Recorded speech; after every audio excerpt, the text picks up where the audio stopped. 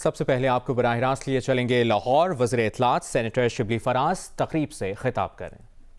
वो बावजूद इसके कि एक कई और तरह से अपनी शोहरत को, अपनी जो उनका जो एक माशरे में एक रिस्पेक्ट होती है, एक इज़्ज़त होती है, और जो उनके मरासिम होते हैं, उसको बजाय इसके कि ज़ात के लिए फ़ायदा उठाने के लिए वो इंसानियत के लिए ये काम करते हैं। तो इस किस्म के लोग बहुत स्पेशल लोग होते हैं।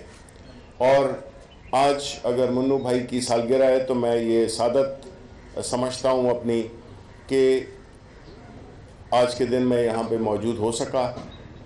मेरे इस कबीले से ताल्लुक़ है विरासत के लिहाज से, और मुझे बहुत खुशी होती है जब हमारे लिखारी, हमारे शायर, हमारे अदीब अपने न सिर्फ अपने काम की वजह से, जो कि उनका टैलेंट था, उसकी वजह से उनको सेलिब्रेट किया जाता है, बल्कि एक और जो उनकी कंट्रीब्यूशन है इंसानियत के लिए और उन बच्चों के लिए जिनको कि यहाँ पे top of the line facilities यहाँ पे मिलती हैं। तो मैं समझता हूँ कि हमें बहैसियत हुकूमत भी हम उसको पूरी तरह से हम सपोर्ट करेंगे। खालिद बाज़दार साहब और यहाँ पे मेरे बहुत ही मोहतरम डॉक्टर साहब भी बैठे हुए हैं, और वो डॉक्टर साहब जो कि लेबॉर्ट्री में हर वक्त अपने आप को एक यंग मैन जिन्होंने अपने आप को वक्फ किया हुआ है, मुसलसल रिसर्च करते हैं, और ये साइंटिफिक बेस्ड, रिसर्च बेस्ड एक फाउंडेशन है जिसमें कि हर चीज़ का एक ख़ास मायार है। और इसके लिए मैं समझता हूँ कि हम जितनी भी इनको सपोर्ट कर सकते हैं हम ज़रूर करेंगे, और ये इंसानियत के लिए है, ये बच्चों के लिए है, और हमारी हुकूमत और हमारी लीडरशिप इसमें आपको पूरी तरह से सपोर्ट करेंगे। मैं आपका बहुत बहुत शुक्रिया अदा करता हूँ कि मुझे आपने ये इज़्ज़त दी और इधर बुलाया मुझे, और इस फंक्शन में और मुन्नू भाई को खराज तहसीन पेश करने में आपने मुझे ये मौका दिया। बहुत बहुत शुक्रिया जी। जी जी सर, पहले तो हम एक छोटी सी वजाहत चाहेंगे आपसे कि आपकी मिनिस्ट्री बराह रास्त हमारे साथ जुड़ी है। प्राइम मिनिस्टर साहब का जब भी कोई इवेंट होता है, लाहौर आए या कहीं और जाना हो, तो प्राइम मिनिस्टर साहब के इवेंट पे सारे मीडिया का नाम काट दिया जाता है। 3 से 4 लोगों को स्पेशली इवेंट के अंदर किया जाता है, मीडिया टॉप करवाई जाती है। हम ये वजाहत चाहेंगे कि क्या ये मनपसंद पॉलिसी जो है महकमा इत्तलात की है, या ये प्राइम मिनिस्टर हाउस से आती है कि सारे मीडिया को एक तरफ करके 3 से 4 लोगों को ले जाया जाता है। हमें ताकि वाज़ेह हो जाए, हम अपने दफातर में भी कहने वाले बने कि जी नहीं, ये सिर्फ 3 लोग ही जाएंगे, बाकी को अलाउ हो जाए। सर, इस रात 12 बजे तक फाइनल ये चीज़ें होती रहती हैं और सुबह बंद चलते हैं। ठीक है जी, मैं समझ गया आपका सवाल। नहीं, आपका सवाल बहुत मुनासिब है, आपकी बात में वज़न भी है, और मैं आपको यकीन दिलाता हूँ कि ये इस किस्म की जो इनकन्सिस्टेंसी है, हमारे सहाफ़ी भाई सब शहरों के हमारे लिए उतनी मोहतरम है, उतनी अहम है, और ख़ास तौर पे जब किसी शहर में जाएं तो वहाँ के जो सहाफ़ी हैं, वहाँ के जो जर्नलिस्ट हैं, बीट रिपोर्टर्स हैं, उनको डेफिनेटली फ़ौक़ियत देनी चाहिए, क्योंकि वो बड़ी देर से इंतज़ार कर रहे होते हैं कि कभी कोई इस्लामाबाद से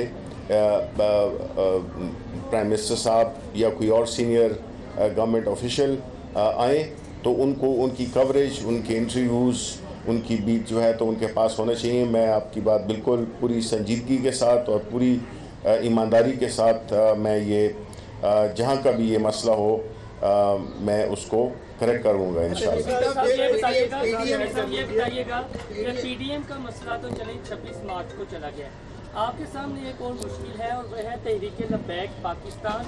16 फरवरी को उनकी डेडलाइन ख़त्म हो रही है। क्या उनसे मुज़ाकरात के लिए कोई आपने कमेटी बनाई है, और किस तरह इस मसले को हैंडल करेंगे? जी इंशाल्लाह। देखें, हम इस सिलसिले में हमारे जितनी भी सीनियर लीडरशिप है वो राब्ते में है, और इंशाल्लाह ताला हम यही उम्मीद करते हैं कि सब पुरअमन तरीके से और अहसन तरीके से तय हो जाएगा। एक छोटी सी बात यह है कि शहबाज शरीफ के बारे में जब भी कोई आता है बाहर से कोई फैसला है, जैसे कल परसों भी आया या चार्जशीट का फैसला आया, हुकूमती ऐनक जब देखती है उसका तर्जमा कुछ और करती है, अपोजिशन किसी ऐनक से देखती है उसका तर्जमा कुछ और करती है। कि ज़रा आज वजाहत कर दीजिए क्या मसला क्या है इसमें? जो डेविड रोज का जो मसला है वो तो हमारे जो एक्सपर्ट हैं और हमारे प्राइम मिनिस्टर साहब के जो एडवाइज़र हैं शहजाद अकबर साहब, वो कुछ ही देर में अपनी प्रेस कॉन्फ्रेंस में इस पे जो लीगल पॉइंट्स हैं उस पे ये रोशनी डालेंगे। लेकिन मैं इतना ज़रूर कहता चलूँ कि अपोजिशन का हमेशा यही एक वतीरा रहा है कि वो बात को समझने से पहले मिठाइयाँ बांट देते हैं, जो कि JT रिपोर्ट में भी हुआ। लेकिन जब वो उसका तर्जुमा और बारीकी से पढ़ते हैं तो वो फिर उन्हें नदामत होती है। ये बुनियादी तौर पे एक केस लॉन्च हुआ है जिसमें कि हम पहले कहते हैं कि जो पैरामीटर्स होते हैं वो सेट होते हैं, उसमें कि इश्यूज़ को फ्रेम किया जाता है। तो ये तो पहली पेशी हुई, तो हमने कभी किसी भी अदालत में नहीं देखा कि फ़ैसला होता हो। तो ये जो है तो आपको तफसील से तो शहजाद अकबर साहब बताएंगे, लेकिन मैं ये जो थोड़ी बहुत मेरी समझ है वो यही है कि ये केस इशू है और इस पर ना कोई फ़ैसला दिया गया है, ना इस पर कोई कमेंट किया गया है। इश्यूज़ फ्रेम हुए हैं और ये फिर आगे चलेगा तो उससे पता चल जाएगा कि कितनी जो है जो खुशियाँ मना रहे हैं, जो ट्रांसलेशंस कर रहे हैं अपनी कन्वीनियंस के मुताबिक, जिस तरह आपने दुरुस्त कहा, तो वो फिर वही मिठाइयाँ न बांटे। मेरी ये रिक्वेस्ट होगी। अभी बहुत सफ़र है इसमें, इस केस में। PNN न्यूज़ से क्या आप समझते हैं कि PDM के साथ एक जमात ऐसी है जो हुकूमत के साथ बैकडोर राब्ते में है, जिसका नाम आसिफ अली जरदारी है, वो इनको तमाम को कंट्रोल कर रहे हैं और वो हुकूमत के साथ राब्ते में? कोई डील चल रही है ऐसी? देखिए जी, हमारी तो कोई डील नहीं चल रही है और ना हम डील में बिलीव करते हैं, ख़ास तौर पे जबकि हमारे प्राइम मिनिस्टर साहब का एक बड़ा क्लियर कट मौक़िफ़ है कि हम किसी भी जिसने इस मुल्क के गरीबों का, जिस मुल्क के लोगों का की जो एक वो थी उसको जिस तरीके से मिसयूज़ किया गया, लूटा गया, ज़ाती मफाद के लिए इस्तेमाल किया गया, वो उसके साथ हमारी कोई डील हो ही नहीं सकती है। ये बिल्कुल हमारे बुनियादी फ़लसफ़े के ख़िलाफ़ जाता है। और जहाँ तक कि PDM का ताल्लुक़ है, आपको पता है कि ये एक ऐसे अकट है जिसमें कि किसी के एक दूसरे के साथ कोई जोड़ नहीं है, हर एक अपने मफादात लेके आगे बढ़ रहा है। और पीपल्स पार्टी चूँकि वो एक वाहिद पार्टी है जिसके पास कुछ है, यानी कि सिंध की हुकूमत है और उनकी सेनेट में भी रिप्रेजेंटेशन है, तो वो तो ज़ाहिर है कि उनकी वो वाली सियासत हो नहीं सकती है जो कि PMLN वाले करना चाह रहे हैं। बिकॉज जो PMLN करने चाह रहे हैं वो तो बुनियादी तौर पे अपनी लीडरशिप को क्लीन चिट देने के लिए ये प्रेशर डाल रहे हैं। लेकिन ज़ाहिर है कि माजी में तो ये होता रहा, ब्रॉड शीट में भी यही हुआ, लेकिन इस वक्त जो है तो उनका मैच इमरान खान के साथ पड़ा हुआ है, तो इसलिए बहुत ही मुश्किल क्या कि तकरीबन नामुमकिन है। बात यह है कि आपकी हुकूमत ने एक सेकंड आपकी हुकूमत ने तर्जुमान तो बहुत से इकट्ठे किए, अल्हम्दुलिल्लाह वो अपनी बोली बोल रहे हैं और बाद का तो मसला गड़बड़ हो रहा है। लेकिन जो आपका हकीकी तर्जुमान है, जो आपकी विरासत है, जिसकी आप विरासत की बात कर रहे हैं, अदब सकाफत के मरकज़ जो है रेडियो TV, उनके साथ जो सलूक हो रहा है वो क्या हो रहा है? बाई चांस आप लाहौर आएँ, ज़रा एक चक्कर तो लगा लें पाकिस्तान टेलीविज़न। जी बिल्कुल। देखें, मैं इसमें इत्तेफाक करता हूँ कि जो हमारा टेलीविज़न है या जो रेडियो पाकिस्तान है, यही बदकिस्मती से मैं यही कहूँगा, जब एक कश्ती में 10 मुसाफिरों की गुंजाइश हो और अगर आप उसमें 300 मुसाफिर डाल दें तो फिर क्या होगा? उस कश्ती ने डूबना है। यही होता रहा है और अभी हम इसको बड़े एक मुनज़्ज़म तरीके से इसको ऑर्गेनाइज़ कर रहे हैं और हम समझते हैं कि इंशाअल्लाह अगले 6 महीने से 1 साल में आपको पाकिस्तान टेलीविज़न भी और रेडियो पाकिस्तान भी आपको टोटली मुख्तलिफ़ इदारे नज़र आएंगे जो कि अपनी माजी की जो उनकी जो अज़मत रफ्ता है, हम इंशाअल्लाह उसको बहाल करेंगे।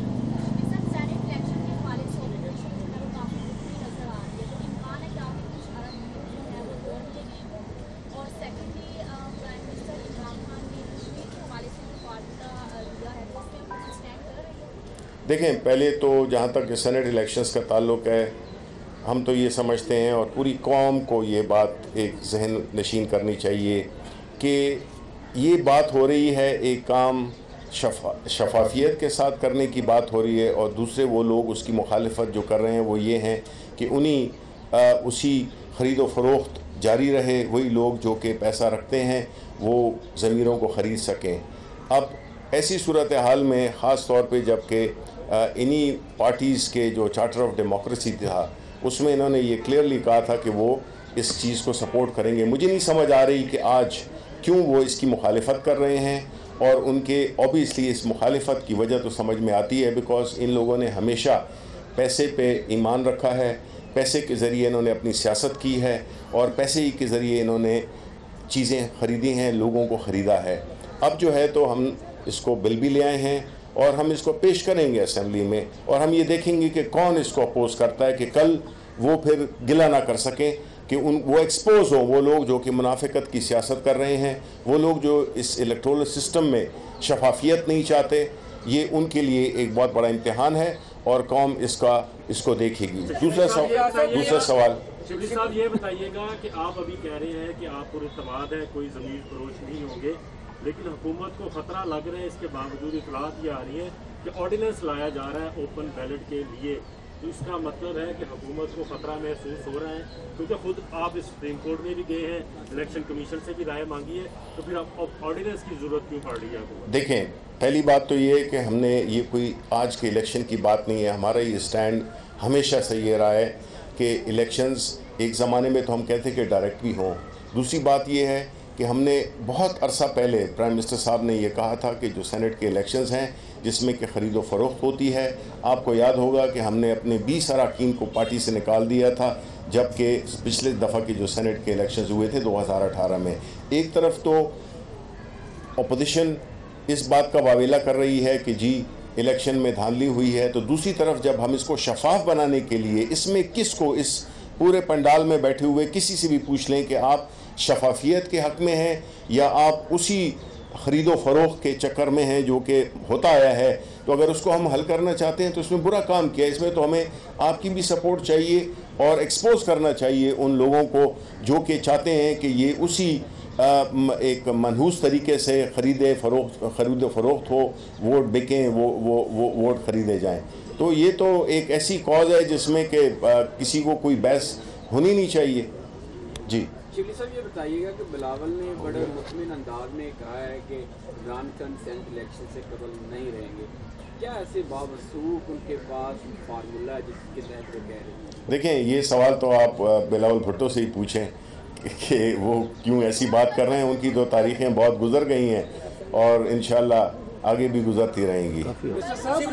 ये बताइएगा कि कल आज जो है परवेज लाई ने बयान दिया है कि हुकूमत जो है सही रास्ते पे चल गई है। क्या हुकूमत को ये जो परवेज लाई है काफ लीग ने ब्लैकमेल कर लिए? उनके ऐसे बयान आना शुरू हो गए। पहले उनके बयान ये आते थे कि हुकूमत जो है बड़ी बुरी हालत में है, 40 साल से ऐसी हालात नहीं देखी, और अब उनके बयान भी अच्छे आने शुरू हो गए। इमरान खान ने मिल भी लिया, या ब्लैकमेल हुए हैं उनसे? नहीं, देखें, वो हमारे हलीफ हैं, देखें हमारे हलीफ हैं और उनको पूरी तरह से चीज़ों का इदराक है, और हम ये समझते हैं कि जितने भी हमारे अलाइज़ हैं वो ज़ाहिर है कि हमारे अलाइज़ हैं तो वो हमारे साथ एग्री करते हैं, हमारे सपोर्ट करते हैं, तो तभी तो ये गवर्नमेंट चल रही है। Thank you very much. बहुत देर के बाद एक आपने बिल पेश किया सेनेट में जो बराह रास्त मीडिया वर्कर्स की वेलफेयर के लिए था जी, वो बिल मुस्तरद हो गया। जी जी। आप दूसरे ऑर्डिनेंस की बात करते हैं, मतलब वो एक पहला बिल था जो जिससे बराह रास्त फायदा वर्कर को हो रहा था और बाकी स्टेक होल्डर्स को नहीं हो रहा था। क्या आप उसको दोबारा पेश करने के लिए या उसके लिए कोई ऑर्डिनेंस लाने के लिए सोच रहे हैं? देखें, जुड़ा एक सवाल दोनों का बेटा जवाब देंगे कि एक बड़ी मुद्दत के बाद इस गवर्नमेंट ने पहली दफा पाकिस्तान प्रेस कॉन्फ्रेंस को बनाई, वो एक गैर मुतरादा कि जिसमें तमाम दलों की नुमाइंदगी शामिल थी और उस पर किसी ने एतराज़ नहीं किया था जी। उसकी कैबिनेट से अप्रूवल भी हो चुकी है, अब उसका नोटिफिकेशन जो है वो कब तक मुतवक्किल? देखें, आपका जो पहला सवाल था कि जो बिल हमने पेश किया था, इससे शो करता है कि हमारी हुकूमत, हमारी पार्टी का ये मौक़िफ़ है कि जो जर्नलिस्ट हज़रात हैं उनको प्रोटेक्शन मिलनी चाहिए, उनको उनकी जो तनख्वाहें हैं उनको वक्त पे मिलनी चाहिए, उनके जो भी मसाइल हैं उनका भी कोई निगहबान हो, उनका भी कोई रेगुलेटर ऐसा हो जो कि इस चीज़ों को इंश्योर कर सके। हम ये समझते हैं कि इंशाल्लाह ये नहीं हो सका, कुछ अरसे बाद हमारी इंशाल्लाह सेनेट में भी हमारी नंबर्स आ जाएंगे, तो हम इंशाल्लाह उम्मीद यही रखते हैं कि इस बिल को हम अपना जो उसका मुतय्यन वक्त होता है जिसमें आप दोबारा नहीं पेश करते, उसके फ़ौरन बाद हम इसको ज़रूर पेश करेंगे। जी, वो इंशाल्लाह हो जाना चाहिए। ये वो थोड़ी सी देर है, 1 हफ्ते 10 दिन में। ऑलरेडी आपने क्वेश्चन। Thank you.